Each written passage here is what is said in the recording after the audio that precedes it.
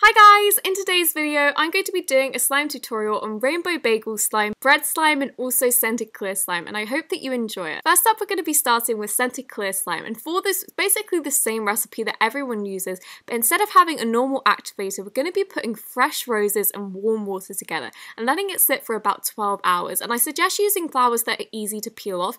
If the leaves are taking like a long time to come off or are quite hard to tug, it's probably going to discolor the water, so you don't want to use those ones. And after the petals have sat, you can just go with your borax powder. I added 1 teaspoon, and you can mix this in and use it like a normal activator. And my new slime hack is if you stir this really slowly, not many bubbles get trapped in the process, so it takes like 2 days to clear up instead of 5.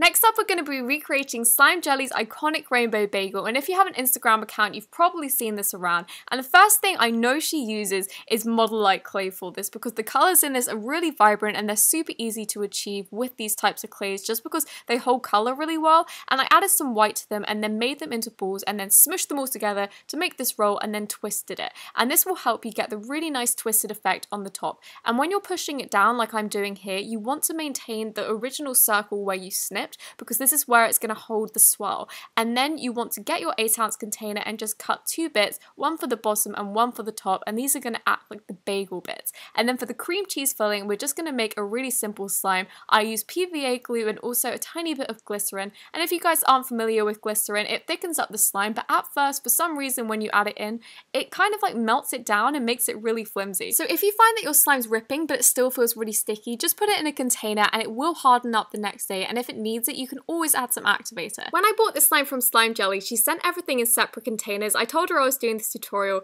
and it was so handy because it got me able to compare all of the things that were in it. And this one is her slime, and the second one is my slime, and it hasn't sat for as long, and it's also a lot smaller, but it's basically the same texture. The only difference is when you play with mine, it goes flimsy really easily because I haven't let it sit for a day. But as soon as I let it do that, it thickened up, and like you can see, hers is really thick. And this is her rainbow bagel. It was really easy to mix in, so fun because it was so creamy. And the first thing I noticed about mine was dry, so I knew I had to rescue it and find out her real recipe. And when I was mixing this in, all I could think of was this is dough, and I thought, what else is like dough that's also white? And I thought model magic, and for this we're going to have to soften this up. I added so much lotion, and when I put it in cling film, it came out the same texture as hers, so I'm basically a scientist now. Mine is slightly different in texture from hers just because I accidentally added Dizo. I say accidentally, I did it on purpose, but it was a mistake.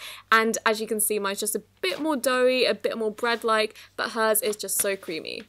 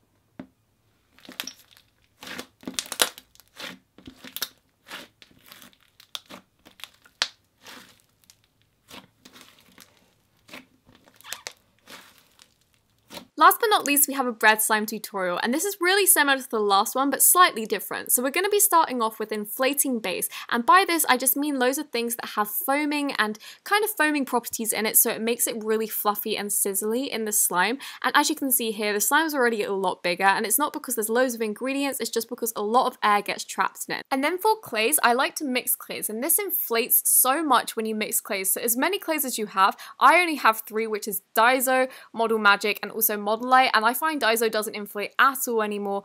I might be the only one, but I just don't think it's great. So I add in loads of Model Light and also loads of Model Magic, and then I add in tiny bits of snow. And if you're wondering why I haven't added much water to it, I like to give it a crummy feeling, and this is just to make it a realistic bread slime. If you don't like that, do avoid it. It is a very unique texture. I haven't seen many people do it with bread slime, but like you can see, it ends up really doughy, but also with crummy bits, so it really feels like bread to me. Thank you so much for watching this video. I really hope that you enjoyed it, and if you did, don't forget to give it a thumbs up, and I will see you next week.